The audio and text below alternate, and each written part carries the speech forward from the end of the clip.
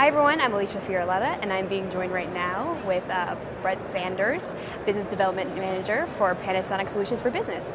Brent, thanks so much for joining us. Thank you for the opportunity, Alicia. Well, we're here right now at the RetailNOW conference in Las Vegas, Nevada, and it's been a jam-packed few days. So can you tell us a little bit about what's been going on with Panasonic during RetailNOW and how this is really a great opportunity for you guys to network and connect with other organizations, whether it's resellers or partners, and how that's really going for you guys? Yeah, this show's always a great opportunity for us. We not only bring our sales staff to this show, but we bring our engineering staff and our product management here too, because this show, as you can see, is a myriad of different companies here, all showing their current products as well as sharing their ideas. We rely on this show a lot to not only share our ideas with the channel, but also to integrate with these different partners of ours and talk to them about solutions that they have. So our engineering people, our product management people, talk to these people about new and upcoming ideas that aren't on the show floor yet, but they have these ideas going forward, and we have ideas in our product plans, and we see how those match together. Oh, very cool. So it's sort of an opportunity for you guys to sort of bump heads and really learn from each other. Exactly. Excellent. And I know there's been some pretty big developments going on with Panasonic, so can you share a little bit about what's happening? Absolutely. We've recently changed our organization. We used to be very siloed. Panasonic's a very large organization, and we used to be very siloed by products. We've changed that organization totally. We've switched to 3 different major groups. One is our B2B group, which is the group that's here today. Our consumer group that everybody's familiar with the TVs and the home audio systems, and then our components group. So the B2B organization is now organized by vertical market as opposed to products.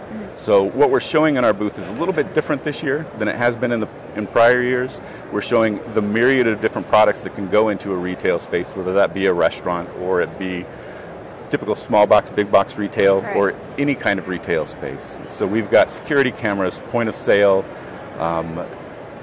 digital signage, telephones, audio systems, everything that can go into that retail space. So it's very, very exciting.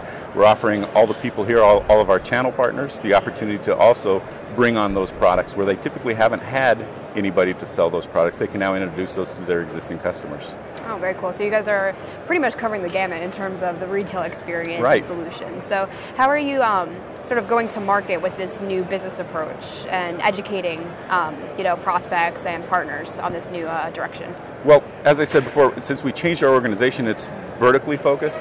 We left our product and our engineering groups still focused on the products. Okay. So not only do we gain the expertise from our sales staff and our marketing people that are in the vertical space, but our product people are still all focused on those individual products, and they bring that expertise here.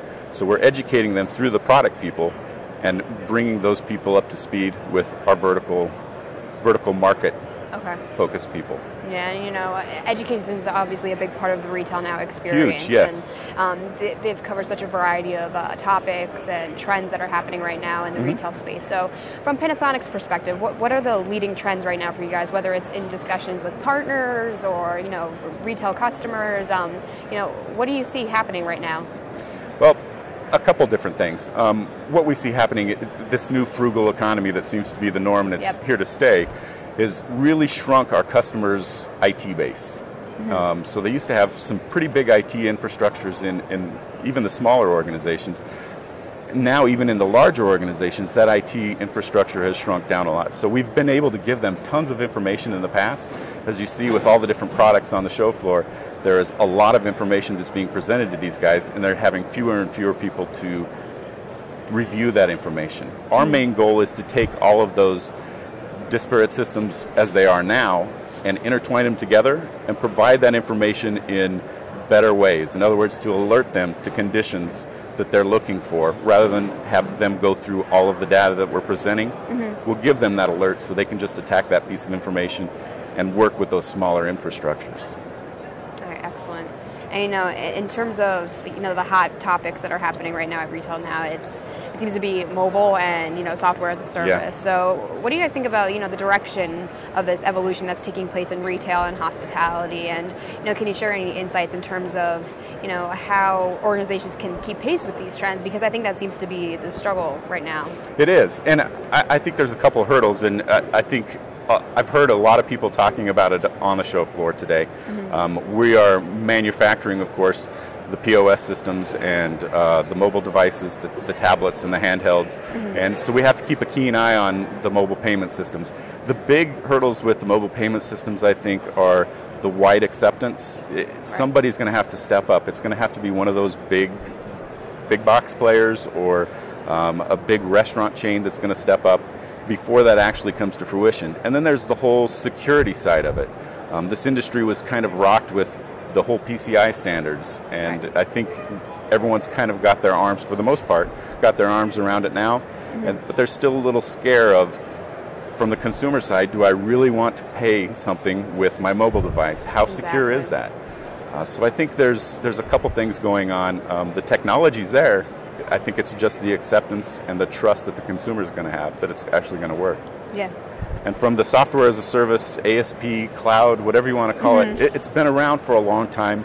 I think that's very similar to mobile payments. It's an acceptance thing, whether or not that store owner is going to accept the security risks of having his data somewhere else and relying on an internet connection. Although they're more reliable now than they ever have been and more prevalent than they ever have been, can he rely on that connection to run his business? Yeah, absolutely. And you bring up a good point with the whole mobile piece of overall acceptance, and mm-hmm. it seems like it's coming from both sides, retailers and shoppers. So it's sort of like an endless cycle. It's do I want to roll something out that consumers aren't going to use? And consumers right. are like, well, I'm not sure if it's safe, and it just seems to be a cycle going on. So. And the strange thing about that is it seems to be driven almost from the SMB market as mm-hmm. opposed to the big customers.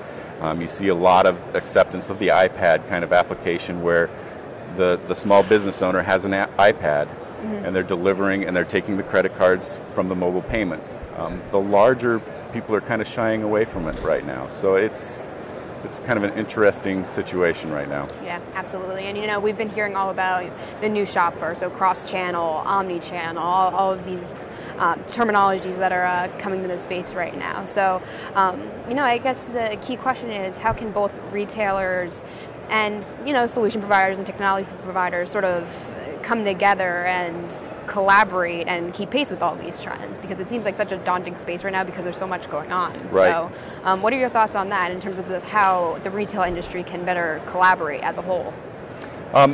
Shows like this are fantastic for the collaboration, especially in between manufacturers. There's some very intricate relationships that go on at these shows. We work hand in hand with some of our competition, and on other sides we compete very heavily with them. But shows like this where you get the entire industry together and they have the opportunity to network mm-hmm. and meet and talk about their solutions and make those solutions available to our end users. Mm-hmm. These shows are critical. Yeah. So it's the organization as a whole, the whole retail organization, and shows like this that are really going to bring those solutions out to the market, and provided they're accepted.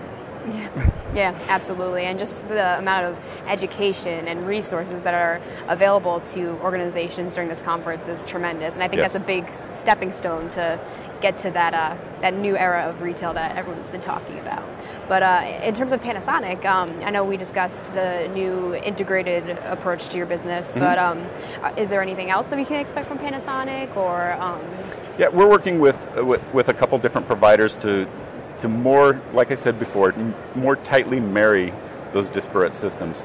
We're working on some digital signage solutions with Intel and some other software partners to deliver dynamic content using our security cameras, identifying anonymously different demographics of the customer, cool. and provide a customized message to that customer. So if a woman is walking through the store and she's got her children with her, we might advertise for Pampers on sale in a grocery store. If a single guy is walking through the store, we might advertise that they have a special on beer. Yeah. So we're working very closely with our partners to develop those integrated solutions that make it easier for our customers to deliver a focused message to their customers and drive that traffic. Yeah, absolutely. It seems like retailers are really responding to those solutions and those technologies that help deliver that highly personalized experience. Sure.